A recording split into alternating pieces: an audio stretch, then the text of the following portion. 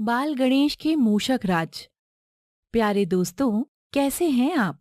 क्या आप जानते हैं मूषक राज को, यानी श्री गणेश जी के वाहन? मूषक राज पहले एक दानव थे। अब आप सबके मन में ये विचार आ रहा होगा कि फिर वो कैसे श्री गणेश जी के वाहन बने। तो चलो आपको आपके प्रश्न का उत्तर देते हैं।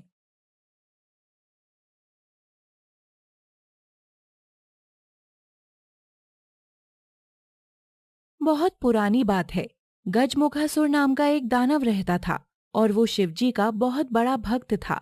वो शिवजी की भक्ति में इतना लीन हो चुका था कि कई सालों से उनके लिए तपस्या कर रहा था।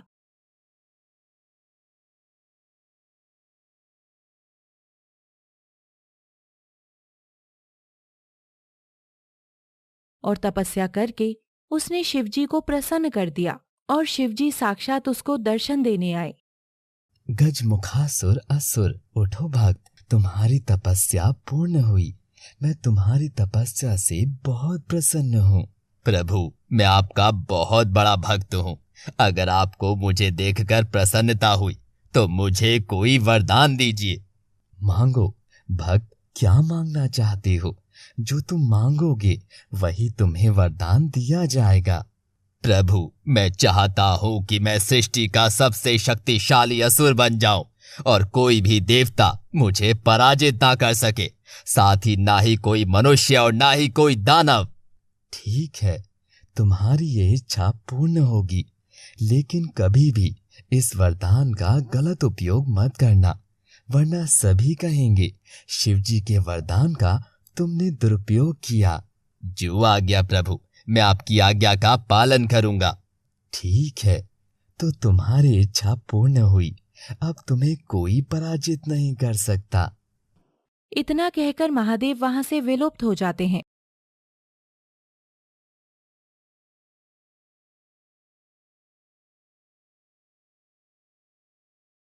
और फिर गजमुखासुर महादेव के दिए वरदान का दुरुपयोग करने लगा।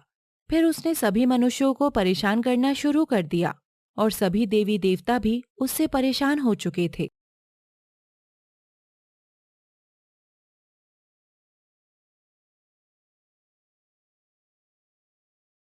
ये सब देखकर सारे देवी देवता मिलकर शिवजी के पास जाते हैं।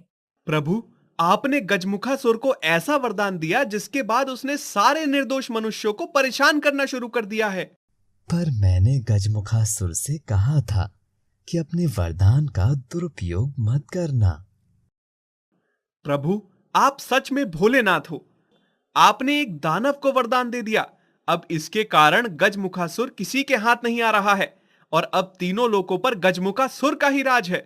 उसके इस कार्य से सब लोग दुखी हैं महादेव। इसका कोई उपाय निकालिए। तभी महादेव देवी पार्वती से कहते हैं, देवी पार्वती, बालक गणेश को बुलाओ। पार्वती जी श्री गणेश को बुलाकर लाती हैं। जी पिताजी, क्या आज्ञा है मेरे लिए? बालक गणेश, मैंने गजमुखासुर को वरदान दिया था, परंतु वो उस वरदान का दुरुपयोग कर रहा है। तुम जाकर उसको सबक सिखाओ और संसार को पाप मुक्त करो बेटा। क्या एक दानव का सामना करने के लिए आप मेरे पुत्र को भेज रहे हो प्रभु?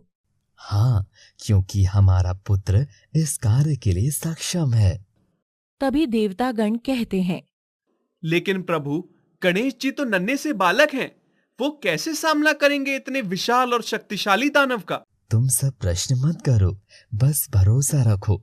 मेरा पुत्र विघ्नहर्ता है और वही गजमुखासुर को पराजित करके उसको सबक सिखाएगा।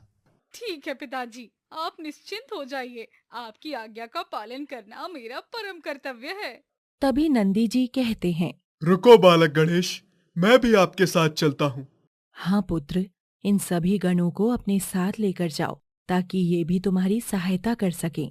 नहीं, कोई बालक गणेश के साथ नहीं जाएगा। मेरा पुत्र गणेश उस दानव के लिए अकेला ही सक्षम है।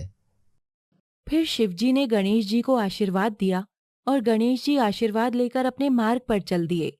और गणेश जी जंगल में पहुंचकर कहते हैं, गजमुखासुर, कहाँ छुपे हो?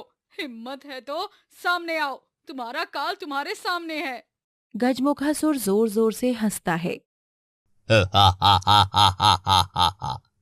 तुम नन्हे से बालक मुझसे लड़ोगे। तुम्हारी भलाई इसी में है कि वापस लौट जाओ, अन्यथा मैं तुम्हारा वध कर दूंगा। अच्छा, तुमने आज तक बहुत कमजोर लोगों पर अत्याचार कर लिया और अब तुम्हारे पापों का घड़ा भर चुका है। तुम्हें अब अपने किए की सजा भुगतनी ही पड़ेगी। तुम मुझे सबक सिखाओगे? जानते नहीं, मैं बहुत बड़ा शिव भक्त हूँ और मुझे भोलेनाथ ने खुद वरदान दिया है कि कोई मुझे पराजित नहीं कर सकता। फिर डर किस बात का? मेरे सामने आओ और मेरे प्रहार का सामना करो। तभी गणेश जी की ललकार सुनकर गजमुखासुर सामने आया और गणेश जी पर प्रहार करने लगा। अब तुम्हें मुझसे कोई नहीं बचा सकता बालक।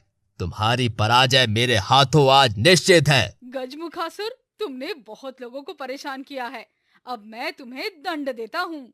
काफी देर लड़ने के बाद गजमुखासुर रुक जाता है और सोचने लगता है। इस नन्हे बालक में ऐसी क्या बात है जो मैं इस नन्हे से बालक पर विजय नहीं पा रहा हूँ। तभी गणेश जी खड़े होकर हंसने लगते हैं। मैं जानता हूँ तुम क्या सोच रहे हो। मैं इस वरदान से परे हूँ, क्योंकि मेरा मुंह हाथी का है और शरीर मनुष्य का, इसलिए तुम मुझे पराजित नहीं कर पा रहे हो। ये सुनकर गजमुखासुर बहुत तेज भागने लगता है, मगर गणेश जी भी कहाँ पीछे रहने वाले थे, वो भी उसका पीछा करने लगे।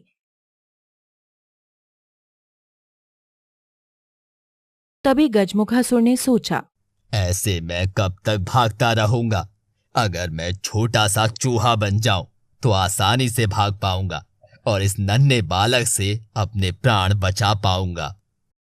और फिर गजमुखासुर अपना आकार चूहे में बदल लेते हैं और जैसे ही वो चूहा बनते हैं, गणेश जी उनकी पीठ पर बैठ जाते हैं और वो उन्हें गिराकर हटाने की कोशिश करते हैं, मगर उनकी सारी कोशिश नाकामयाब होती है। फिर वो कहते हैं, मुझे माफ कर दीजिए प्रभु, मैं भटक गया था अपने मार्ग से। आपने मेरे कान खींचकर मुझे सबक सिखा दिया है। अब मैं आपके साथ रहकर आपकी सेवा करूंगा। ठीक है, मुझे भी चूहे की सवारी बहुत पसंद आई और आज से तुम मेरे मूषकराज हो। मैं अब से तुम्हें अपने साथ ही रखूंगा और तुम्हारी ही सवारी करूंगा। आज से मेरा वाहन तुम ही हो। प्रभु, मैं तो धन्य हो गया। आपने मुझ दानव को अपना वाहन बनाकर मुझ पर बहुत बड़ा उपकार किया है। आज से मेरा सारा जीवन सिर्फ आपकी सेवा में ही गुजरेगा। और इस तरह से गजमुखराज बन गए गणेश जी के मूषकराज और गणेश जी भी अपने वाहन का आनंद लेते थे और जब भी कहीं जाते तो मूषकराज को हमेशा अपने साथ ले जाते थे और धीरे धीरे मूषकराज भी श्री गणेश के बहुत अच्छे मित्र बन चुके थे।